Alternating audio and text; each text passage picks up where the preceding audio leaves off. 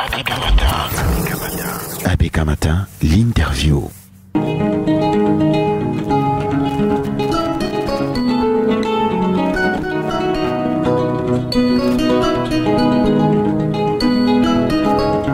Bonjour, docteur Sostène Médère-Lipote. Bienvenue sur ABK Matin. C'est un plaisir pour nous de vous recevoir dans cette émission. Enchanté, chère Madame Sidonie Ficat et toute l'équipe dynamique qui vous accompagne sur ABK et bien entendu votre bassin d'audience dont je pense qu'il est respectueux et respectable et qui s'agrandit au jour le jour. Je vous envoie le joli salut matinal de Yaoundé. Merci infiniment. Merci. Joli salut matinal reçu avec beaucoup d'amour et beaucoup de chaleur.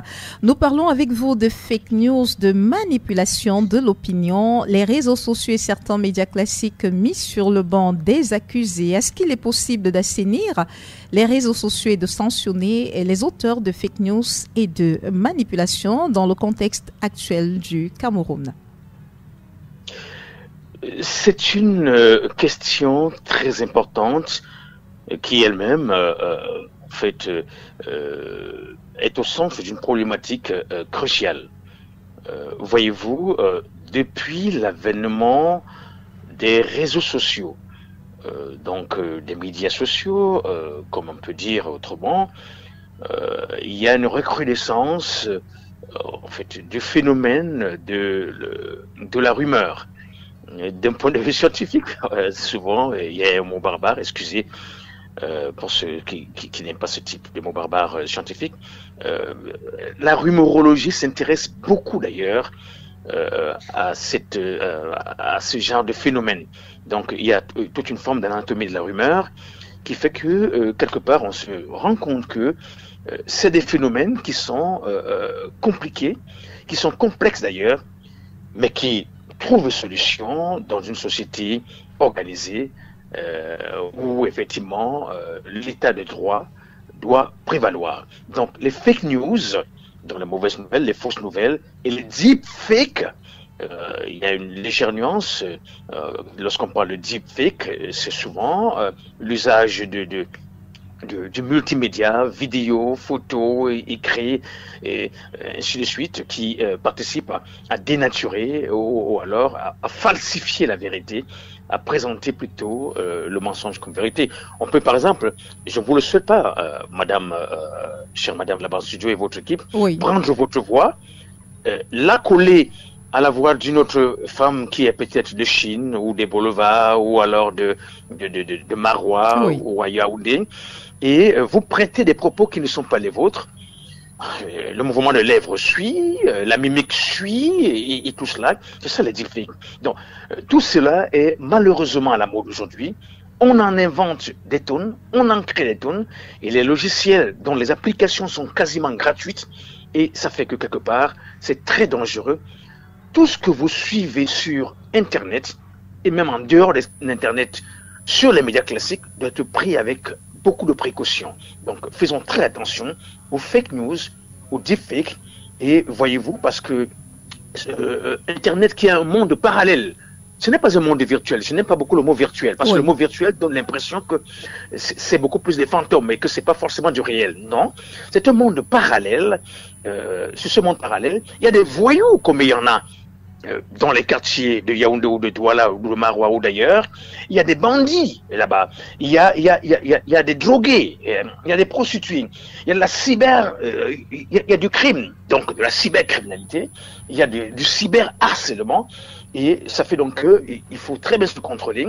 Et vous qui êtes des journalistes classiques, vous avez également, et nous autres effectivement, qui sommes en même temps des chercheurs, avons tous ensemble l'obligation de fonctionner comme dans un état de droit, donc de respecter les droits humains des uns et des autres, et de faire attention à tous ces criminels qui écument les plateaux, qui écument les réseaux sociaux. Docteur Sostène Médère-Lipote, vous êtes expert consultant en sciences et techniques de l'information et de la communication. Sans doute, aujourd'hui, vous avez des étudiants en journalisme qui vous approchent et qui ont bien envie de comprendre comment est-ce que les médias classiques peuvent se réinventer pour s'arrimer et retrouver leur place perdue suite à l'avènement des médias réticulaires. Oui, ce que vous dites là participe aussi de l'évolution. C'est bien dommage, on ne va pas mettre un terme à l'évolution, au progrès scientifique et technique, et même d'ailleurs aux avancées sociales de l'humanité ou de l'humanisme en général. On est obligé de faire avec, et on est d'ailleurs placé dans une situation où faire avec participe aussi d'ailleurs du progrès, du développement d'ailleurs. Donc, il ne faut pas prendre l'avènement de nouveaux médias seulement comme un danger. Juste un tout petit peu d'erreur historique pour répondre un peu à votre question. Vous savez, le tout premier, la presse a commencé justement par la presse, par la presse papier, le papier, oui. Le journal papier. Et lorsque il y a eu l'avènement de la radio, il y a plus de 150 ans, environ 150 ans, lorsqu'il y a eu l'avènement de la radio, des gens ont pensé que la radio tuerait la presse écrite. Oui. Non, la radio s'est reconfigurée et s'est adaptée et elle a tiré profit effectivement des avancées, de la force d'analyse et d'explication de la presse écrite. Et la presse écrite aussi s'est inspirée largement de l'instantanéité et de la spontanéité de la radio pour survivre. La presse écrite a survécu, elle vit et elle vivra toujours. Oui. Je dois vous dire que avant la presse écrite, vous savez très bien que c'était l'imprimerie, le livre. Fait, oui. Oui, et il y a une époque d'ailleurs, au Moyen-Âge, il y avait d'ailleurs eu l'orthographie des livres. Donc il fallait brûler les livres parce qu'en fait, une certaine catégorie d'intellectuels, de doxosophes, de personnes peu éclairées, et d'autres d'ailleurs éclairées mais mal éclairées, pensaient qu'il fallait brûler les livres parce que les livres véhiculaient le satanisme, disait-on. Le livre était dangereux. La presse écrite a montré que le livre a sa place. La radio a aussi montré que la presse écrite a sa place. Et lorsque la télévision est arrivée, avec la toute-puissance et la fascination de l'image de la télévision, c'était fascinant, bien qu'au départ la télévision fut en noir et blanc, c'était fascinant. La télévision s'est installée comme le média dominant par excellence. Et ça fait que, on a pensé que la radio partirait, mais vous avez vu comment est-ce que, même dans vos studios de radio aujourd'hui, il y a de la télévision, je crois. Tout à fait, oui. Voilà, il y a de la télévision, il y a de l'image, il y a de la vidéo, il y a du son, il y a du texte, il y a du multimédia. Et l'avènement aujourd'hui de l'Internet ne doit pas nous faire déchanter, bien au contraire. Les anciens médias se renouvellent, se réadaptent au nouveau contexte technologique, sociologique, psychologique et même politique pour survivre. Pas seulement pour survivre, pour vivre d'ailleurs. Et voyez-vous, regardez-vous comment est-ce que la radio, voyez-vous, quelle est l'audience de ABK, notamment en matinée. On sent la toute-puissance de la radio également, notamment en matinée, parce qu'elle peut vous accompagner, même au volant de votre voiture, oui. Même au bureau, devant votre clavier, votre desktop ou votre laptop. Partout, elle peut vous accompagner. Vous mettez votre casque miniature ou alors, même d'ailleurs à Bluetooth, et vous allez, vous conduisez, vous travaillez. Bien sûr, il faut être concentré. Il est déconseillé d'être très concentré sur ce qui vient d'ailleurs lorsque vous êtes au volant, bien entendu. Oui, tout à fait, oui. Concernant le multimédia, bien entendu, ne le voyons pas seulement comme un danger, voyons cela comme une fenêtre d'opportunité, de plusieurs opportunités. Et c'est possible aujourd'hui, bien entendu, et des recherches sont en cours. Et d'ailleurs, vous qui êtes en permanence sur le terrain, vous trouvez des solutions, fussent-elles ponctuelles, au quotidien, pour remédier en réalité au désordre, à la cybercriminalité, au cyberharcèlement, et pour faire à ce que le journalisme conserve, bien entendu, la place qui lui revient de droit et d'honneur d'être le plus beau métier du monde. C'est vrai que j'aime discuter avec mes amis avocats. Ils sont aussi persuadés que être avocat, c'est le plus beau métier du monde. Oui, je leur concède également. Oui. Donc, sur ce plan-là, nous avons beaucoup à faire. Et rassurez-vous, les nouveaux médias participent déjà et grandement à l'éclosion d'une nouvelle forme de presse. Donc, concernant que ce soit le grand public, votre public notamment, concernant un public spécifique, par exemple d'étudiants, d'apprenants ou des gens qui doivent être formés face à un formateur, il leur est conseillé, voyez-vous, moi dès le niveau 1 en journalisme, même lorsque dans une grande école comme l'ESTIC, l'école supérieure des sciences et techniques de l'information et de la communication, à l'époque, on exigeait pour les étudiants, il y a encore 15 ans, 20 ans, on exigeait pour les étudiants d'avoir le laptop. Moi, je leur demandais poliment, même aux plus pauvres, même à ceux qui n'avaient pas de moyens, de dire que lors de mes cours, faites un effort de venir avec votre laptop. Nous apprenons à travailler avec des logiciels adaptés, et pour que vous soyez en fait aguerris à la modernité ou à la post-modernité. C'est très important tout cela, et je pense que le public lui-même, si les journalistes ne le font pas, les self-journalistes, c'est le nom donné à quiconque fréquente les réseaux sociaux. C'est un nom scientifique, self-journaliste, parce que chacun se prend là pour un journaliste, que ça sache écrire ou pas du tout. Mais en réalité, le self-journaliste n'a même pas le centième des compétences du journaliste ou de la journaliste que vous êtes, Sidonie. Mais il joue ce rôle également. Il a la prétention de penser qu'il peut vous en imposer. Il ignore, parce que lui, il n'est pas passé, le self-journaliste, il n'est pas passé forcément par une formation, que ce soit une bonne formation sur le tas ou à l'école.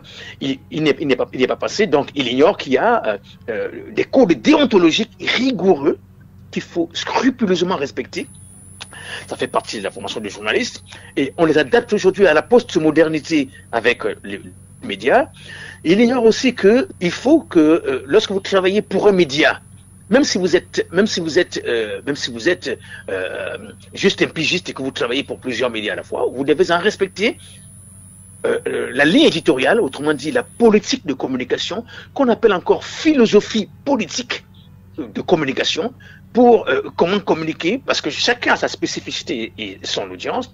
Il ignore aussi qu'il est urgent, nécessaire, à la limite indispensable, de respecter aussi les techniques d'écriture. On n'écrit pas n'importe comment lorsqu'on se revendique journaliste. Oui. Et bon, alors le chef journaliste n'a pas ces trois principales exigences. Donc, il ne les a pas, et c'est pourquoi il n'atteint pas le centième de vos compétences à vous. Donc, en revanche, il peut influencer grandement. D'ailleurs, ils se font appeler aujourd'hui les influenceurs. Oui. Ils se font appeler les influenceurs. Les lanceurs d'alerte, oui. Oui, des lanceurs d'alerte.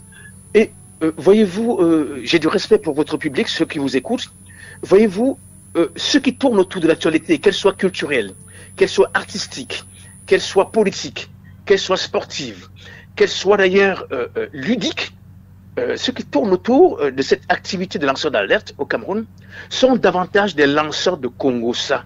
Excusez-moi, excusez, j'ai du respect pour tout le monde qui nous écoute. Oui, parce que vous ne pouvez pas imaginer comment est-ce que si Monsieur X est assis à Bonamoussadi, Madame Y est à Bonapriso ou à Bonandio, et puis on entend une nouvelle bizarre vous concernant, qui n'a ni tête ni queue, ou alors qui peut même avoir un rapport avec vous, mais qui concerne essentiellement votre vie privée, et ça peut être le secret professionnel même d'ailleurs, ça peut être le secret médical, ça peut être autre chose dans votre cadre purement privé et familial. Vous entendez, Monsieur X ou Madame Y va sursauter, il peut en mourir dans les heures qui suivent. Oui. Il peut développer une autre forme de pathologie qui va au-delà de l'anxiété, qui va au-delà du stress normal, et qui est létale, cette pathologie-là, donc mortelle. Il faut faire très très attention. Or, les journalistes formés, ou qui travaillent sur le tas, bien formés sur le tas, ou bien formés dans un cadre universitaire ou scolaire, sont a priori conscients de cela, et très bien, et d'ailleurs, ils savent que s'ils violent cela, c'est un procès ou autre chose de très grave par rapport à leur employeur ou à leurs usagers, auditeurs, téléspectateurs ou lecteurs. Eux, ils sont conscients de cela. Donc, les self-journalistes, nous voulons aussi que quelque part, il y ait une école de la citoyenneté dès l'école de base, oui, dans l'école primaire. Donc, c'est très important. Ce n'est pas seulement lorsque l'enfant, la personne est déjà un adolescent. Parfois, il y a des choses qu'on ne peut plus réparer quand on est adolescent. Parce qu'il fallait que ça commence dès la prime enfance, votre éducation. Vous savez, vous là, madame, et vos collaborateurs en studio, et vos partenaires et vos collègues, y compris d'ailleurs votre patron, l'éducation que vous avez aujourd'hui et que vous reflétez est aussi le produit de votre capital culturel hérité. Tout à fait. Autrement dit, depuis la prime enfance, depuis le sein de votre maman, et c'est formidable, c'est doux là-bas, et depuis aussi l'autorité parentale du père, ou alors de celui qui joue ce rôle-là. Donc tout cela, effectivement, participe également de votre éducation, qu'elle soit scolaire ou post-scolaire. Donc on a besoin de citoyens bien éduqués à la consommation des médias, depuis la prime enfance, et jusqu'à ce qu'ils deviennent des personnes qui peuvent être des professionnels des médias, comme vous. Oui.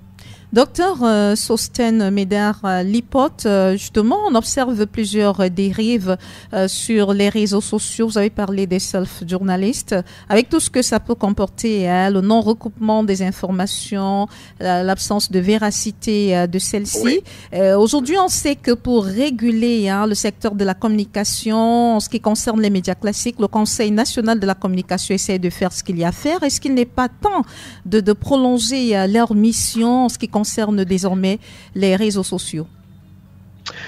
Je vous comprends parfaitement et c'est le Conseil national de la communication, à mon humble avis, à l'observation, a aussi été créé et puis on a remodifié en fait parce que c'était davantage une structure qui avait un rôle consultatif. Maintenant, ce conseil le CNC peut actuellement s'auto-saisir et juger du non-professionnalisme d'une intervention afin que les gens n'aillent pas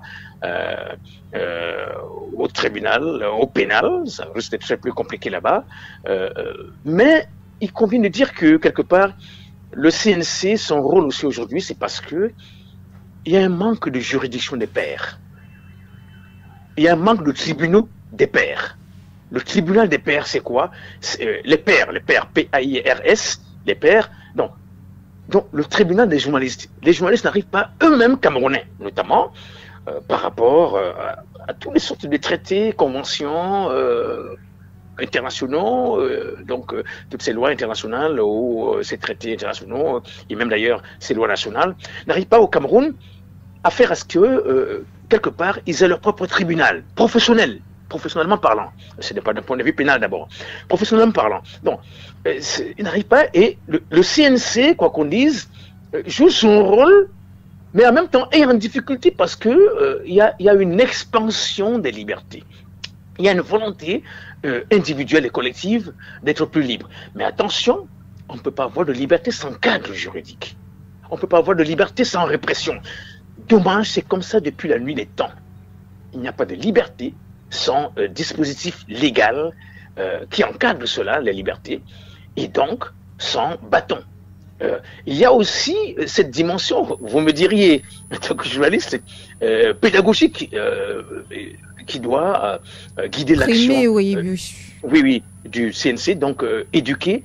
Mais est-ce qu'ils en ont les moyens pour... Voyez-vous, combien de radios y a-t-il au Cameroun? Combien d'internautes y a-t-il sur Facebook?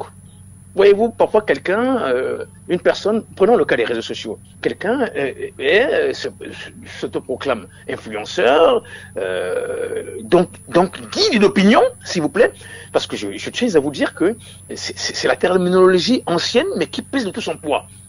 Dès qu'on dit que quelqu'un est influenceur, donc il est guide d'opinion. Oui. Or, l'expression guide d'opinion, dans la communication publique classique et dans le journalisme classique, est entouré de beaucoup de respect et de dignité. Si on dit que vous êtes le guide, cela veut dire que votre parole pèse de tout son poids.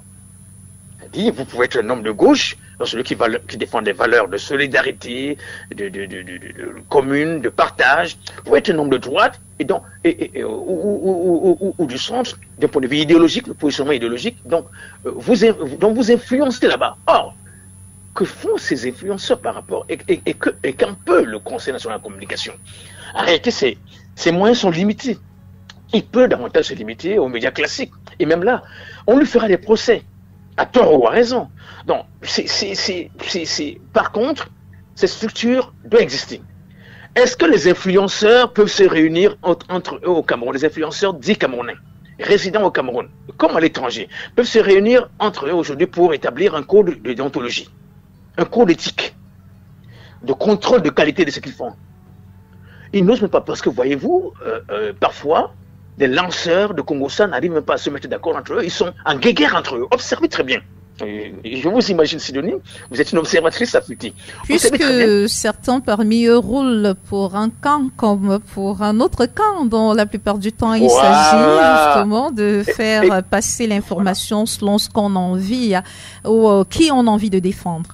Vous ne croyez pas si bien dire, mais qu'est-ce que vous appelez un camp et qu'est-ce qu'on appelle camp?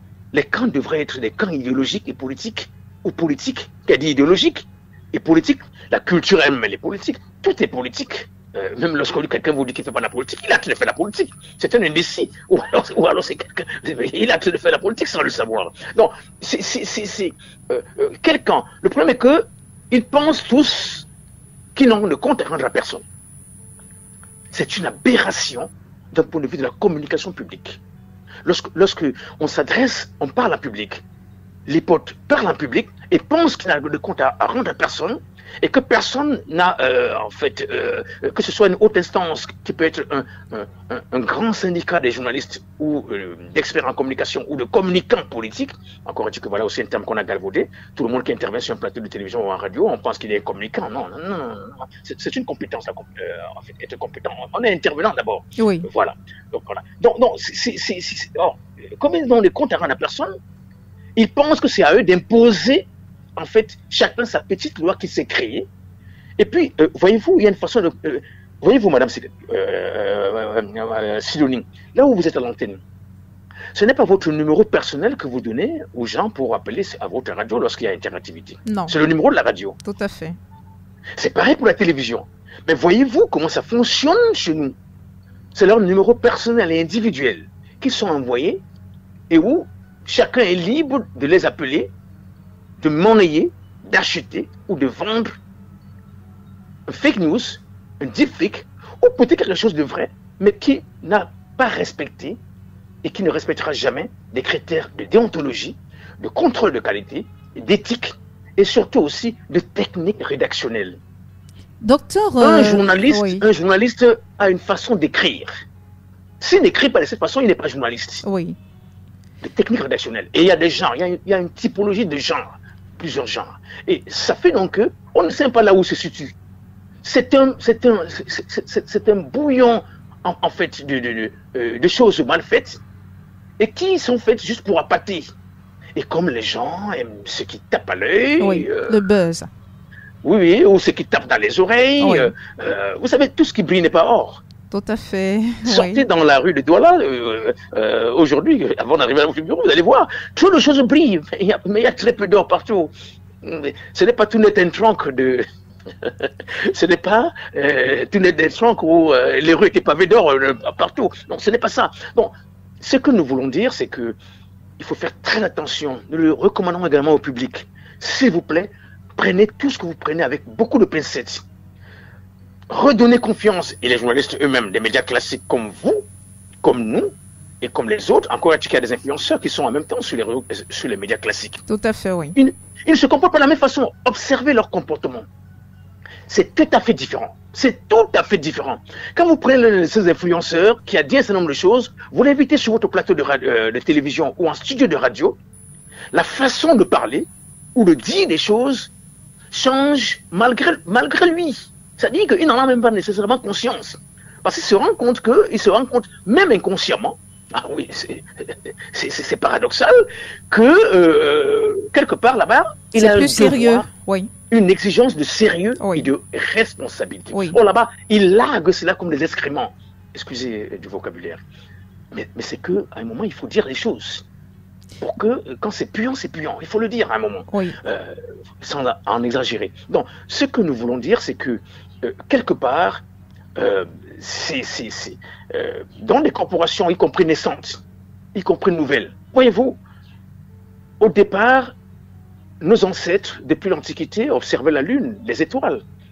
On avait des gens qui étaient déjà presque des astronomes et des astrologues à l'époque. Et puis après, il y a eu aussi la physique qui est née.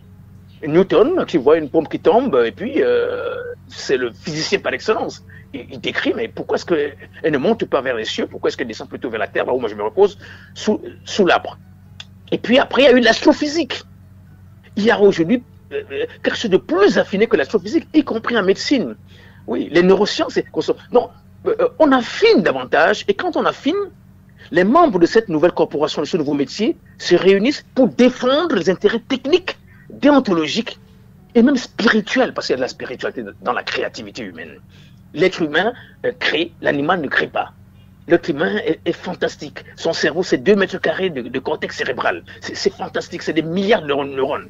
Donc, c'est pourquoi vous et votre maman ou vos amis, vous avez tous des cerveaux, mais chacun, parfois, il y a un pan de son cerveau qui est plus développé que l'autre. Il est plus habile en journalisme, en football. Il ne faut jamais se moquer de quelqu'un d'autre, hein, parce que lui, il a réussi, s'il a raté là-bas. Non. C'est aussi ça avec les milliards de neurones.